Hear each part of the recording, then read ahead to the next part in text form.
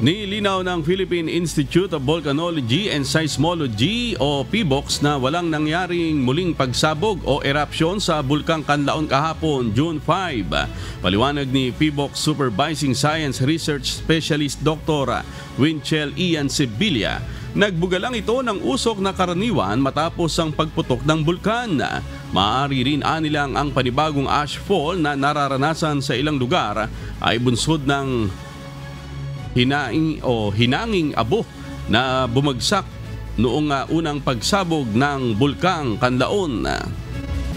Most likely po, baka po ito yung mga abo na nailabas nung nag-erupt siya, and then i-entrain po, yung po bang nadadala ng malakas na moderate na steaming na nangyayari sa kanlon, or pwede rin po siguro na pinangay ito ng hangin. Ipinaliwanag din ng ahensya na kung ano ang maaari pang mangyari sa nag-aalborotong bulkan sa mga susunod na araw.